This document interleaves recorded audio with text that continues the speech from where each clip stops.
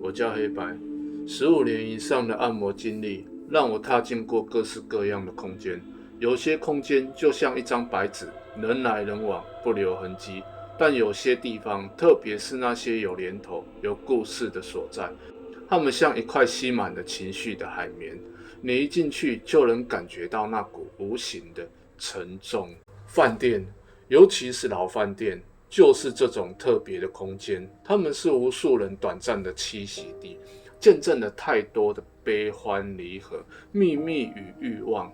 每一间房都可能封存着一段不为人知的故事，一种强烈到足以刻印的空间里的执念。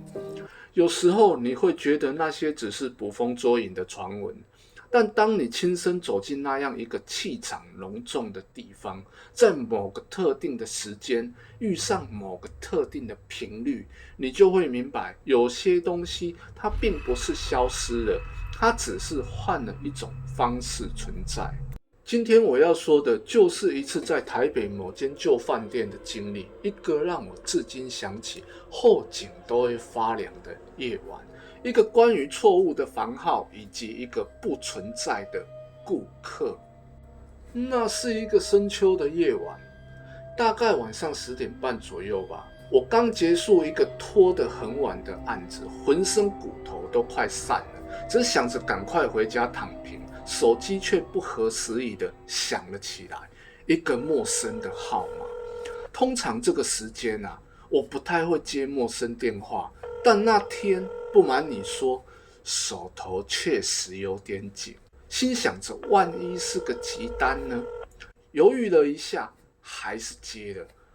摩西摩西，电话那头传来一个略显苍老、带着浓厚日本口音的男性声音。他说他姓铃木，是透过朋友介绍知道我提供到府按摩服务。黑白先生吗？我想预约，现在到饭店的服务可以吗？2个小时。他的中文有些生硬，但意思很清楚。现在铃木先生已经快11点了，我刚下班，我有些为难，在这个时间点啊，还是去饭店。老实说，我心里是抗拒的。对方似乎沉默了一下，然后用一种几乎没有起伏的语调说：“费用我会多付一些，我住在某某路的某某饭店901号房。”他报了一个地址，是市中心一间我知道有些年头的饭店。901号房，我心里默念了一遍，听起来是个正常的房号啊。加上多付一些这句话，确实打动了我。唉，讨生活嘛，有时候就是这么现实啊。好吧，铃木先生，但我过去可能需要一点时间。没关系，我等你。他的声音依旧平静。你到了之后，跟柜台说是铃木先生让我来的，他们会让你上楼。挂了电话，我叹了口气，虽然累，但2个小时的服务加上额外的费用，确实诱人。我快速收拾了一下工具，心想着速战速决，赚完这笔就回家好好休息。我一如既往的整理好按摩工具，画上我的老敌诀。夜晚的风吹在脸上，带着秋夜特有的凉意。那间饭店离我当时的位置不算太远，但越靠近，周围的街道就越显得冷清。饭店的外观跟我印象中的一样，带着一种过时的气派。米白色的外墙在夜色中显得有些斑驳，透出一股说不出的成就感。虽然大厅的灯还亮着，但门口却异常冷清，连个趴车小弟都没有。我停好车，背着按摩包走进大厅，如预料中的空旷，只有一个年轻的柜台人员，面无表情地看着电脑荧幕，对我的进入连眼皮都没有抬一下。你好，我是铃木先生让我来的，他在901号房。我开口说道，特意确认了一下房号。那柜台人员嘛，总算抬起头，眼神在我身上扫了一下，点点头，指了指电梯的方向。电梯在那里啦，直接上去吧。语气平淡，没有任何多余的询问或确认，仿佛这一切都理所当然。我道了谢，走向电梯。走廊上空无一人，只有我的脚步声在光滑的地板上回荡，显得格外清晰。空气中弥漫着一股淡淡的，像是消毒水混合着尘封已久的霉味，闻起来不太舒服。进了电梯，我正准备按9楼的按钮，却发现9楼的按钮自己亮了起来。我很确定我没有碰到任何按键，电梯里只有我一个人。我愣了一下，心里冷战了一下。安来安嘞？我冷静下来，告诉自己不要胡思乱想，可能是巧合吧。毕竟客人确实是住在9楼啊。电梯门平稳地关上，缓缓上升。楼层数字在面板上跳动，每跳一下都像在我的心上敲了一下，那股莫名的不安感越来越强烈。叮，电梯到达9楼，门一开，一股比楼下更浓重的陈旧气息迎面而来，还夹杂着一丝若有似无的廉价花露水味道，很淡，但确实存在，而且让人鼻子痒痒的。9楼的走廊比大厅更显昏暗，灯光是那种昏黄的色调，地毯也磨损的厉害，踩上去软绵绵的，像是吸饱了湿气。我下意识地往901的方向走，但走了几步，眼角余光却被一个房门吸引住了。门牌上写着921，不知道为什么这个数字让我心头莫名一跳，脚步也下意识地顿了一下，但我很快回过神，告诉自己是去找901的铃木先生。我继续往前走，找到了901号房的门，深吸一口气，轻轻敲了门，叩叩，门内没有任何声音。我又敲了几下，铃木先生，我是按摩师傅，我到了。等了几秒，门内传来一声极其轻微的然后是锁舌转动的声音，门被拉开一条缝，铃木先生那张没有太多表情的脸出现在门后，他看起来比电话里的声音更苍老一些，眼神有些空洞，身上穿着日式的浴服。请进，他侧身让我进去，声音依旧平淡。房间不大，陈设很简单，一张双人床，一个小梳妆台，一个靠窗的小沙发，灯光同样昏暗，只开了床头的一盏台灯。空气中那股甜腻的花露水味更浓了，混杂着一丝烧焦味，像是烧过纸钱后残留的灰烬气息，若有似无，但闻起来就是不舒服啊。就在我打量房间的时候，眼角余光扫到床上，好像还有一个人，一个女人，穿着一件非常鲜艳的红色衣服，侧躺在床上，背对着门口，一动不动，身上盖着薄被，只露出部分背影和一头乌黑的头发。我心里有些讶异啊，铃木先生没有说房里还有其他人啊，但客人隐私我也不好多问。他指了指床边空的位置，示意我可以在那里摆放按摩床。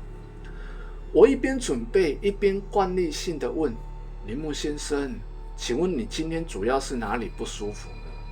他指了指自己的肩颈和腰部，含糊地说了几句疲累、僵硬之类的话，然后就沉默地趴在我铺好的按摩床上了。我开始工作，但我的手一搭上他的皮肤，就感觉到不对劲。他的肌肉异常松弛几乎没有任何弹性按下去像是按在一块进了水泡烂的木头上没有任何生气而且他的体温非常低，低的有些不正常，即使隔着毛巾那股凉意还是透了过来，让我的指尖都有些发麻。铃木先生，你这边气血循环不太好肌肉很虚，没有什么力我试图打开话题，他只是从喉咙里发出一个意义不明的日本语，没有其他回应。房间里异常安静，只有我按摩时骨节发出的轻微声响，和窗外偶尔传来的车流声。那股浓浓的花露水味和若有似无的烧焦味始终挥之不去，让我有些头晕，甚至感觉呼吸都不太顺畅。我尽量专注在手上，但眼角的余光总是不自觉地看向床上那个红色的身影，他始终保持着那个姿势，一动不动，仿佛熟睡了，但我心里却隐隐有种奇怪的感觉那个红色的轮廓在昏暗的灯光下，边缘似乎有些模糊，像是蒙上了一层薄雾，又像是轻微的在晃动。我一路按下去他的膀胱经，视线不经意扫过大床时，心脏猛地一缩，那红衣女人的背影竟让我感觉到一道冰冷的视线直勾勾地穿透我。明明她背对着我，却仿佛正盯着我看。夭寿我心里不断地念哈利路亚，哈利路亚。我猛地抬头想看清楚，由于光线昏暗，加上他侧躺的姿势，我还是看不太清楚他的脸。可是那种被注视的感觉却异常强烈，像有无形的冰块从我的后颈滑落。是我看错了吗？我心里打着鼓，手上的动作不自觉地慢了下来，一股莫名的寒意窜上脊背，头皮瞬间发麻。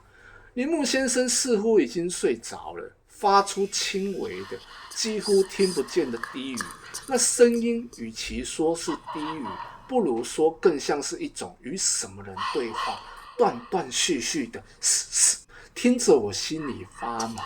房间里的气氛却因为我这个突如其来的发现变得更加的诡异和压抑，空气好像都凝固了，花露水中夹杂着腐烂的气味似乎也变得更浓了一些。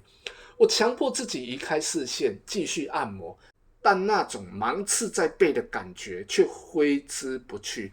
我感觉额头上开始冒汗，手心也有点黏湿，我甚至能听到自己心跳的声音，咚咚咚的越来越快。时间一分一秒过去，我尽量加快速度，只想着赶快结束。就在我按完铃木先生的背部，准备让他翻身的时候，我深吸了一口气，像是下定了决心，猛地转头朝着床上那个红衣女人看去。这一次我看清楚了，她的眼睛是睁开的，一直都是睁开的，那是一双没有任何神采，甚至可以说是死寂的眼睛，瞳孔微微放大，直勾勾的望着铃木先生的方向，嘴巴里像是在说着低语，好像是在说我震惊了，空气里像是弥漫着绝望死亡的气味，还有不知道为什么，我就是感觉到那双空洞的眼睛其实一直在看着我。他的脸色是一种没有血色的白，嘴唇却异常的红，红的妖艳。靠北啊！我差点失声叫出来，一股寒气从脚底板直冲脑门。这是什么蛙哥啦？躺在那里的可能根本就不是。我吓得魂飞魄散，再也顾不上什么专业了。我不敢再多看一眼床上的女人，也不敢再去碰睡死的铃木先生。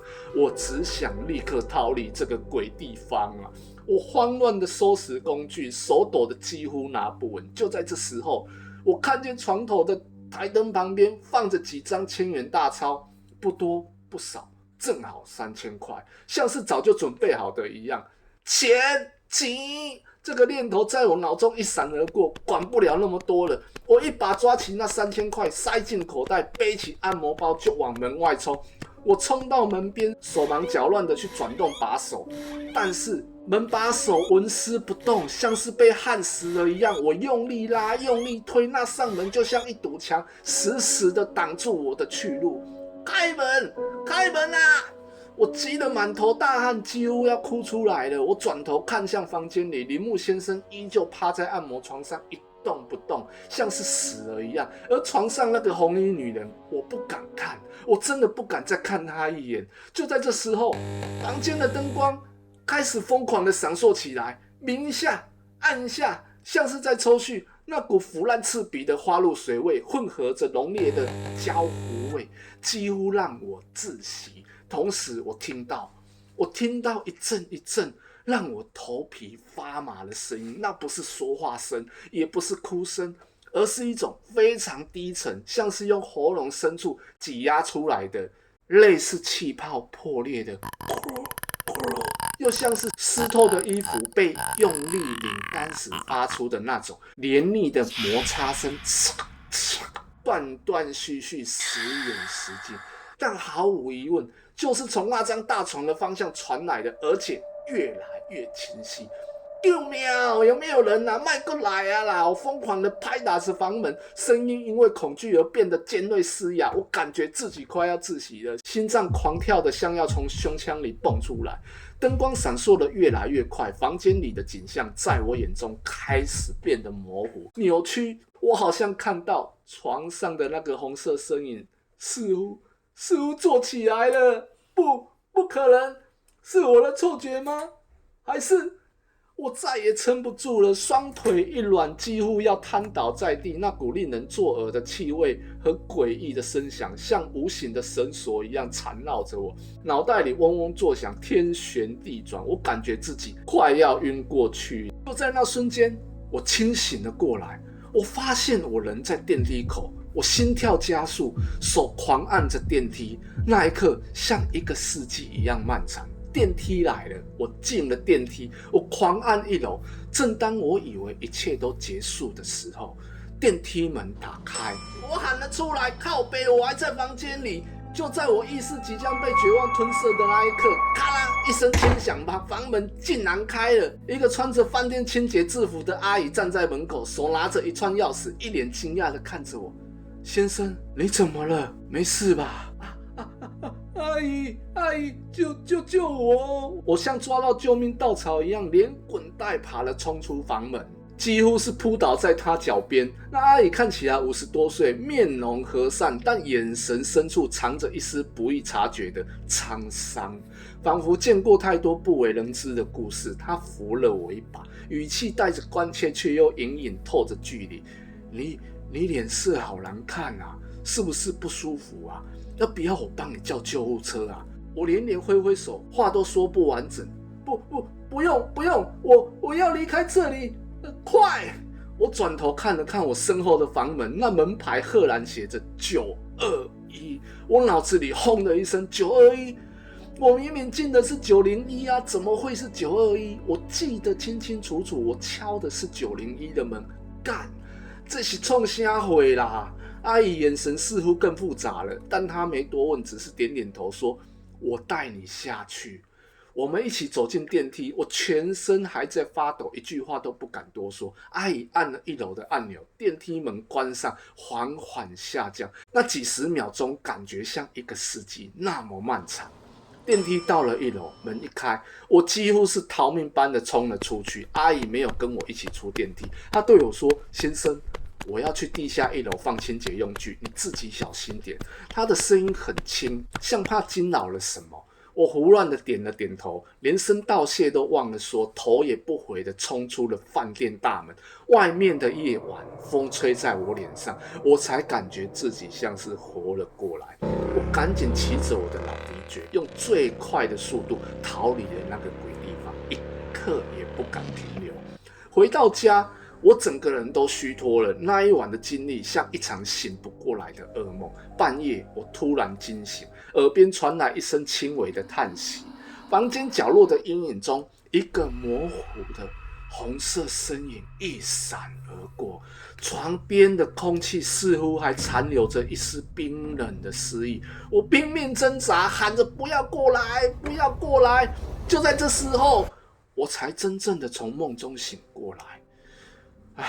我反复回想，我明明是去901，怎么会进921？难道是我自己走错了？可电梯自动亮灯，还有那个柜台人员的态度，隔天我还是心有余悸。更让我困惑的是，昨晚那个柜台人员为什么对铃木先生的预约那么清楚，却没有提醒我房号的任何问题？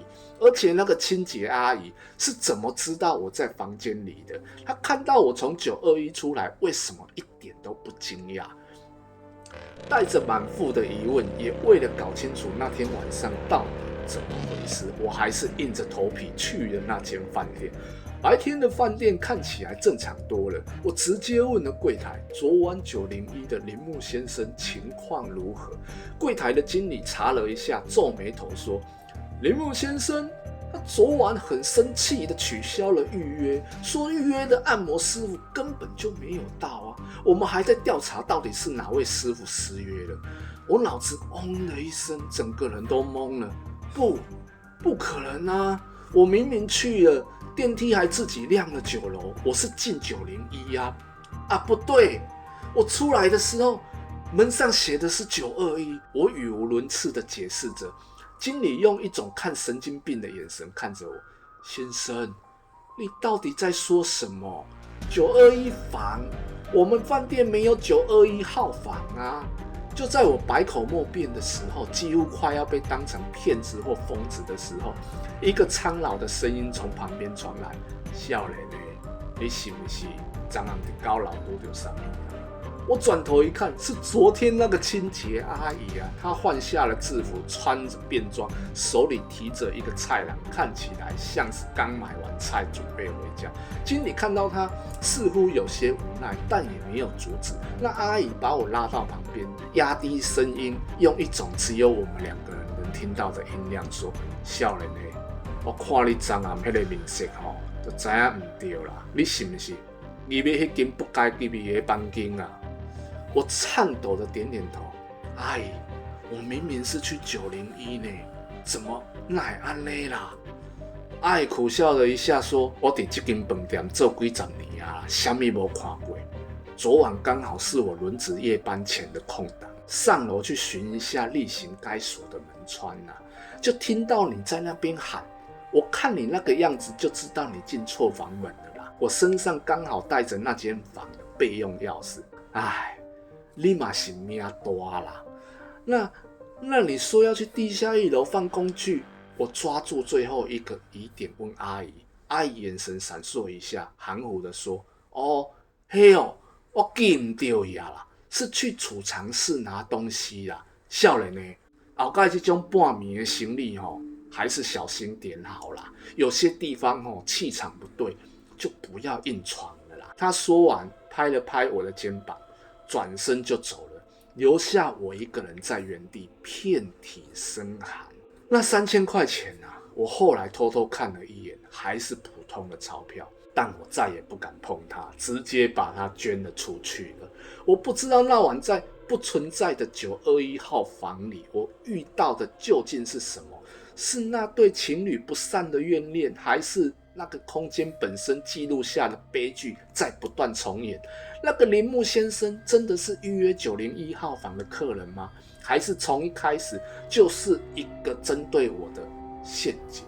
还有那个清洁阿姨，她真的只是普通的清洁工吗？她对921的事情了如指掌，甚至有备用钥匙。她说她去储藏室，但她昨晚明明说的是地下1楼啊。那个他刻意回避的地下1楼又藏着什么秘密？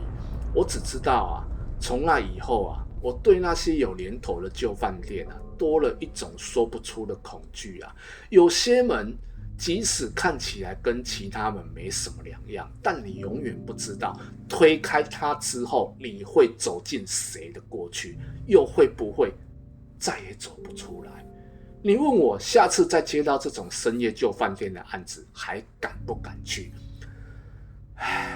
我想啊，我还是会先看看我的存折啊，然后再看看黄历吧。毕竟啊，有些气啊，你一旦沾上了啊，谁知道他会不会跟你回家呢？下一集我会讲更恐怖的山上老旧的老人院。如果你还敢听的话，不要跑。我是黑白。